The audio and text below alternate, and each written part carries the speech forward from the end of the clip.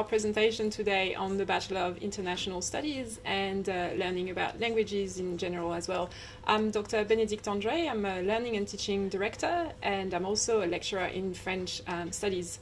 And here is my colleague, Dr. Mariam Khalid, and we'll be talking to you about, what's the Bachelor of International Studies, and we'll do that in kind of a conversation way. So please don't hesitate to ask any questions in the chat as we go along. So, Mariam, as the director of the Bachelor of International Studies, can you maybe tell us more about, what the program is all about and who is it suited for? Okay, I think the Bachelor of International Studies is really for anyone who wants to understand how culture, identity and communication can be used to understand and solve some of the most pressing questions facing the world at the moment. It's for anyone who wants to develop a set of interdisciplinary skills like intercultural competence, lateral and critical thinking skills, problem-solving skills, project development and research skills, and communication skills in more than one language. And it's for anyone who wants to prepare for a career that has an international focus and wants to be able to be equipped to understand and engage with issues around identity, citizenship, globalization, intercultural communication, all the things that are really at the core of answering some of the big questions that are facing the world today. In terms of the structure of the degree itself, you can find the structure on the handbook online, but there are really three main aspects to the degree. The first is really focused on developing a core set of competencies around theory, methods, and knowledge, focusing on contemporary global issues, and we really draw on a range of interdisciplinary approaches to that. So we draw on academic disciplines from IR, politics, sociolinguistics, anthropology, cultural studies, literary studies, postcolonial studies, just to name a few, and through that you will develop the tools that you need to understand and evaluate world issues across a range of spectrums, so political, cultural and social in particular. So I guess the list of disciplines that you have just listed might be, at the moment a bit, of a novelty for the people listening, and so I guess the program will bring that as well. So kind of dabbling into all these different disciplines and understanding as well what they are, the core principles, and the perspectives, the assumptions, the techniques that can be used to tackle specific real-world problems, the case studies that we can use from different disciplines to bring different perspectives to one problem. For example, the issues around migration, mobility, international, not travel as such, but international movements across borders. And you can relate that to issues around forced migration, issues around global business. So it's really, really broad, but we bring it back to specific case studies that would be, we think, most relevant to people who are looking to pursue international careers. So you mentioned like kind of three aspects of the core of the program. So this was the first one. Yeah. What are the other ones? The second one is really focused on language learning. So in this program, you'll spend 3 years learning a language, and that will really be focused not just on the mechanics of language, but really looking at that in cultural context. So you'll be looking at studying cultures and societies that are related to the language that you're learning. And the way the course is structured, we'd expect you to reach at least intermediate language competency, which is a really great skill to have.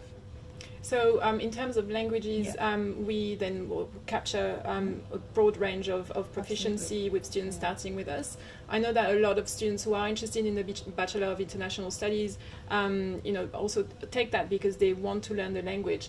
But from what you were mentioning as well before, and I guess the nexus or the link between language and culture, it's also a great way for students who have a background already in the language, whether if they've done it in in high school, for example, or if they've done the International Baccalaureate, or if they have a family background, I guess. It's also a degree that will allow them to, have a look at the nuances behind language in general, and not just the particular language that they learn, but I guess how it fits in the broader picture. Yeah, and one of the reasons for that is we offer units that actually ask students to engage with students who are learning a different language to them and work on projects together, and to discover more about what it means to be competent interculturally by engaging with students who are learning a different language, and looking at all the assumptions and norms and nuances that come with that. So there's a lot of scope for actually developing a broader set of intercultural competencies. So in terms of the languages that we offer as well, so we offer one of the widest range of languages. For you listening, so what we offer Chinese, Croatian, French, Italian, Japanese, German, Spanish, Latin American studies, Russian, and modern Greek. So we've got 9 languages and cultures. As you said, we offer units where students can actually be put together. So if I do a major in French, or if I want to learn French, but I'm also interested in Japanese, for example, I can do that as well. Maybe we can touch on that later. But I can also talk to other people who are learning these languages and learning how they do not necessarily operate in a vacuum, but the links between them. So there are differences, obviously, but there's also a lot of similarities in terms of process and how that applies in in the cultural context that they are studying. And I guess negotiating the local specificities with the more global type of framework. And regional frameworks as well. So I think one of the key takeaways from that part of the program is that you're really going to broaden your knowledge across regional areas as well, and look at how that can translate across cultural and linguistic boundaries.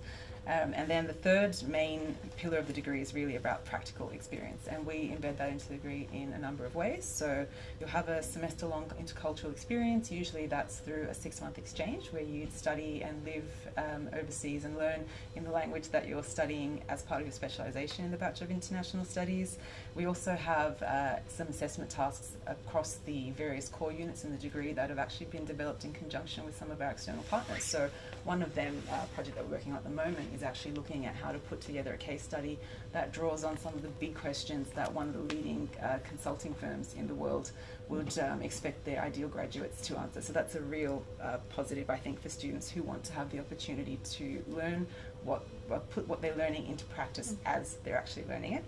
And then we have an internship unit as well, and that's not just for the Bachelor of International Studies, it's also for BA students who are majoring in a language, and that's really a great opportunity to, again, apply what you've learnt in the classroom, outside of the classroom, but also to start building a network and to tap in the networks that we have across our department and across the university to start preparing yourself for your career when you graduate. So I guess in a nutshell, like the pillars that you have just described, so the 3 main ones, we'll have kind of the conceptual pillar, and then you'd have how the concepts that you'll learn and the principles behind them can be applied in a very tangible way through the study of case studies or through the internship or kind of real life, so to speak, experiences. Right. And then the third one would be integrated the language into this, and not as a standalone type of feature, but as concentric circles, so to speak, where everything is kind of integrated and give you both the advantage of the flexibility, because you can, as I said again, dabble, but also dig deep into all of this. So there's flexibility, and at the same time, there's a structure that will lead to a specific set of skills that the students will develop along the way. Of both worlds, I think. Yeah. You get some deep knowledge, but also the breadth of knowledge that gives you, I think, the scope to decide where you really want to go after you graduate.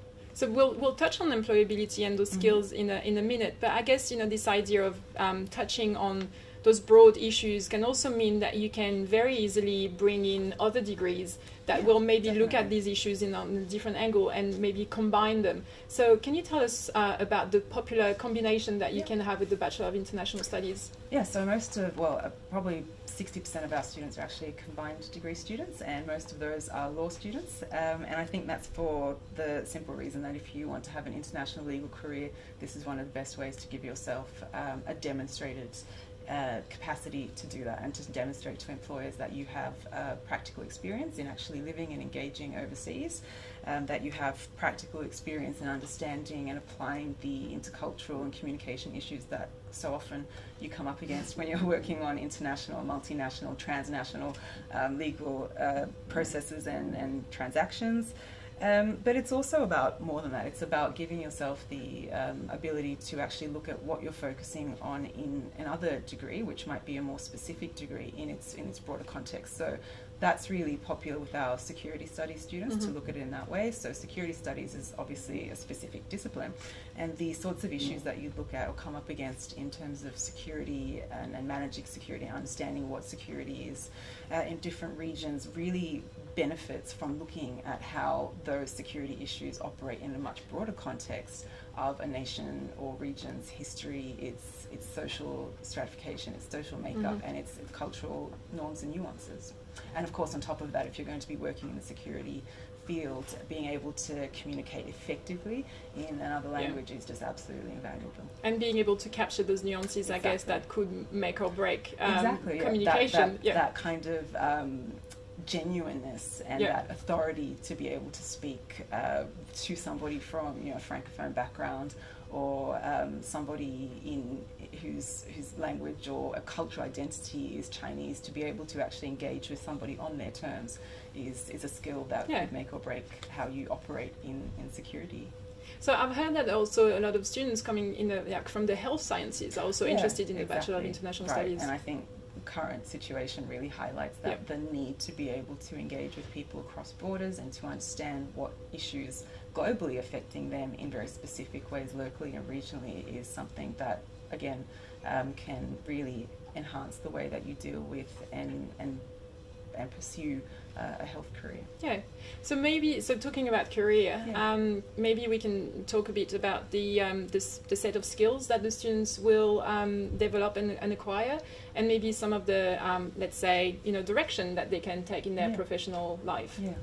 Well, the careers that you can pursue with the Bachelor of International Studies, I'll let you talk about the language majors in the BA, but from my perspective, the BIS really gives students the opportunity to do the more obvious things, so work in areas directly related to language and culture, so cultural and language organisations, tourism and so on, but most of our students are actually really interested in working in international organisations, so UN bodies, governance institutions internationally or even regionally, working in humanitarian aid and development, and again, if you use the flexible zone in the BIS or combine it with something else, even a BA, and have almost a double major, you could really build up a breadth of knowledge and a depth of knowledge in issues around anthropology, aid, development, human rights advocacy.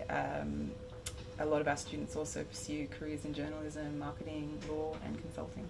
So you mentioned things like flexible zones and BIS and BA. So just to recap, so the BIS is the Bachelor of International Studies and the BA is the Bachelor of Arts, and they're two distinct degrees. And the flexible zone is it's an area where you can actually select a set of elective units, and you can take anything that you're interested in, but you can also turn that into a minor, and that will show on your transcript. So let's say, for example, you want to do a Bachelor of International Studies and your specialization will be Japanese, but you're also interested in Russian, for example. So you could take a minor in Russian, so you do a set of units, and that will show on the transcript. So it really kind of gives you an edge, I think, into the future employment market. And this flexibility is also one of the strong points. So flexibility, but also a very kind of integrated structure leading to a set of skills that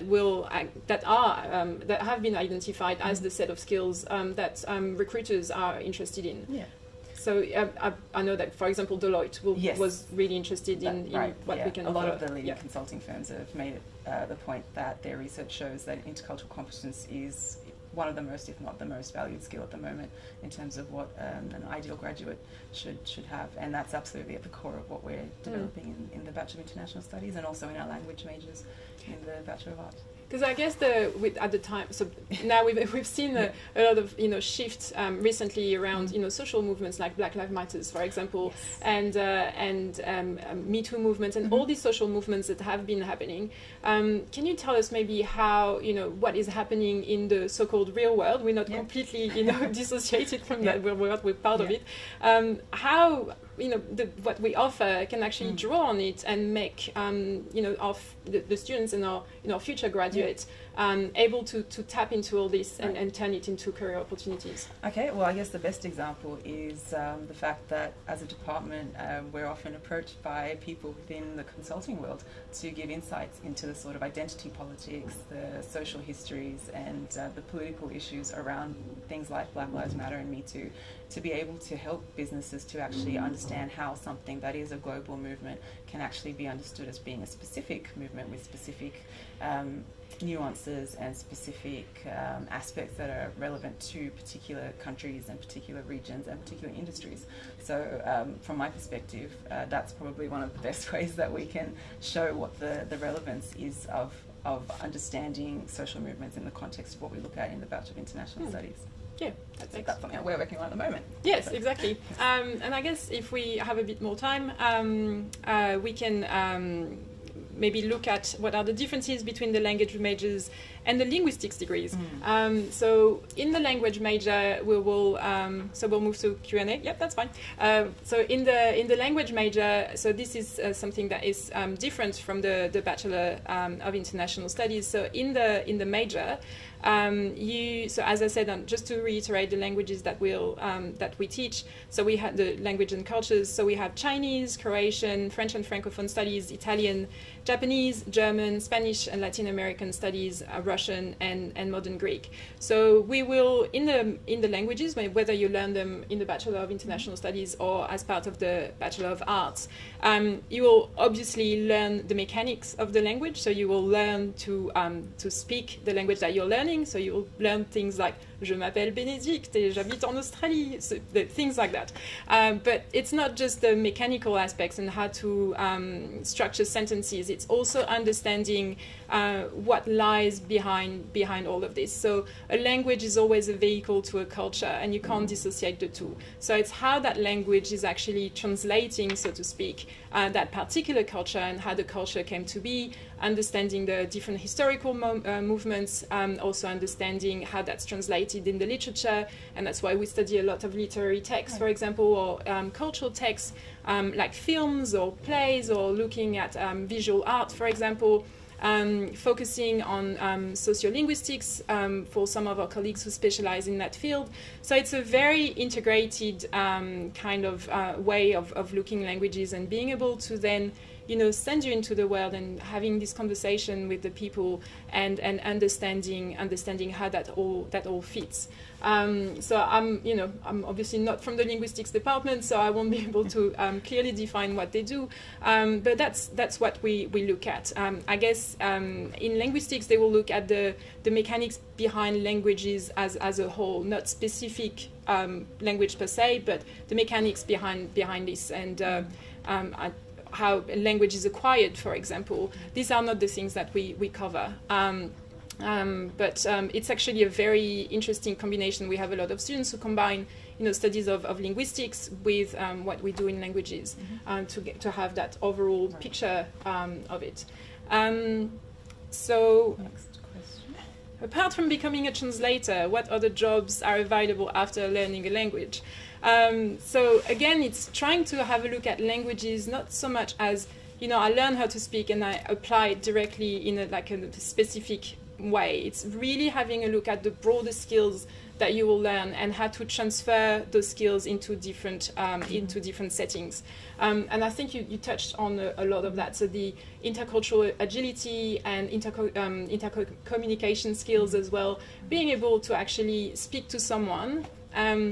Well, you have to think about what you want to say. When you go back to either beginners or even when you're at intermediate level, the command of the language will not be the ones that you have in your mother tongue, for example, or in your main language. So you kind of have to pause and think, what is it really that I want to say? And what is the best way for me to actually convey that message with the limited tools that I have? But I also have someone in front of me, and that person might also have the same difficulties in conveying that message. So I have to really develop those listening skills and figuring out what that person wants to actually convey. So I guess all the skills are extremely important in today's world. When there's, I'm not going to teach you what it's like, but when we send messages, for example, on chats or Twitter, or there's this sense of immediacy, and we have to capture the best way of saying it in so many words. But what does it mean to do all this, and what happens when we boil it down to the few words that we have selected? So all of that will give you a much broader understanding of what language and language is. Right, and I think that's what those transferable skills that you've touched on, they really mean that you can be competitive in a range of career paths. So going back to what jobs might you get if you study a language, you could work where you actually need to use that language in particular, or you could use that to demonstrate that you have the skills that Benedict's mentioned, and use that to really set yourself apart from others who are working in the public service, for example. You could work, a lot of our students have done internships and looking for careers in embassies, in consulates, in intercultural organisations, places like Alliance Française, Business France. We've had people working at the Austrian trade arm in Sydney, so the possibilities are almost endless. But if you'd like to have more information on where you might go, or if you could tell us what your interests are, we'd be really happy to take questions via email as well. I'm sure we'll distribute that information shortly. Is a semester overseas voluntary or compulsory? That depends. So in the Bachelor of International Studies, as it is at the moment, a semester overseas is compulsory, but we are also looking into opportunities to allow people who can't do that to take an alternative option. But again, that's something that we'll have more clarity on a little bit later down the track, probably in a month or so. So please get in touch if you want more information on that. I'd be happy to have a more in-depth conversation around that. In terms of the BA, it is not compulsory to have an overseas semester. No, it's not compulsory because we can't force people to actually go away. As what you touched on, some people might not have the ability to do it for careers responsibility or other reasons in their personal life. So it's an option in the BA now, and that makes it's actually quite exciting to have that option, but it's not compulsory. If you can commit to going away for let's say 3 weeks, we also offer short residential units, so you would go and spend 3.5 weeks in one of our partner university, and you would have an intensive language experience in with our partners, and we have them around the world. So yes, so that's also another opportunity that we offer in terms of exchanges. What are the internship opportunities for exchange programs in international studies?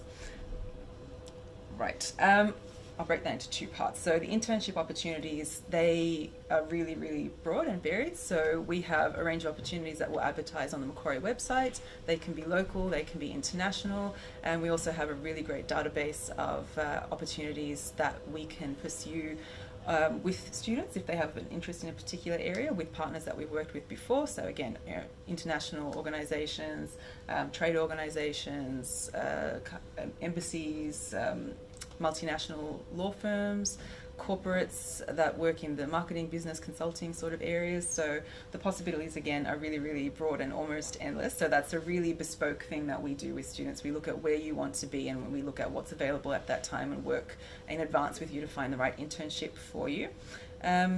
In terms of exchange programs, I think we've really dealt with that. The partners change from year to year, of course, but there's usually a good range of opportunities depending on where exactly you need to go or want to go to fulfill the requirements of your degree.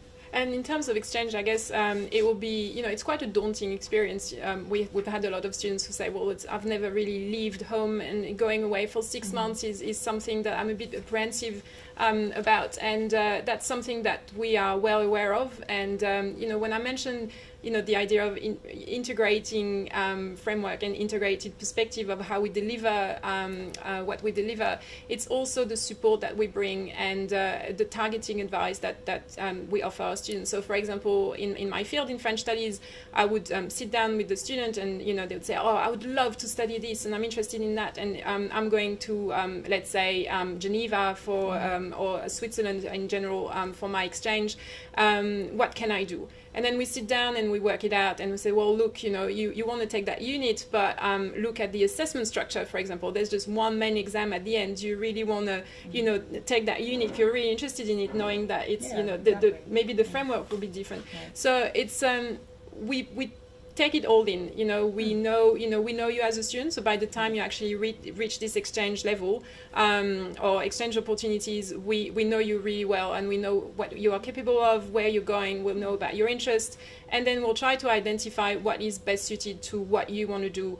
And sometimes it will be things that you're not aware of, and you're and you want to discover other things, and we'll say, well, how about this? Have you considered that? And I guess that's the great thing with, thinking about a university experience and coming to learn at, with a university, is that you don't have to have all the answers, you start your first day and you want to be, you know, this, I don't know, international lawyer or something like that. It's fine not to know, and you're here to discover that. And I think that's, you know, it's an immense privilege to be able to do that. Press the pause button and think about, okay, so all of this is happening around me. It can be chaotic, it can be daunting, but I have also a lot of support. I can talk to people that have expertise in the fields I'm interested in, that also know what it means to be a graduate, you know, in 2020, or, you know, in the probably 2024, 2023, by the time you graduate, even more, I don't know. But yes, and I think that's what makes us different and unique in that, is that we offer that experience, and we are genuinely interested, you know, passionate and caring, and yes, I don't know if we have any more questions, so we wrap up. Yep. So my name is Dr. Benedict Andre, and this was my colleague, Dr. Mariam Khalid. So please reach out to us if you have any questions. Send us an email if you have any more questions.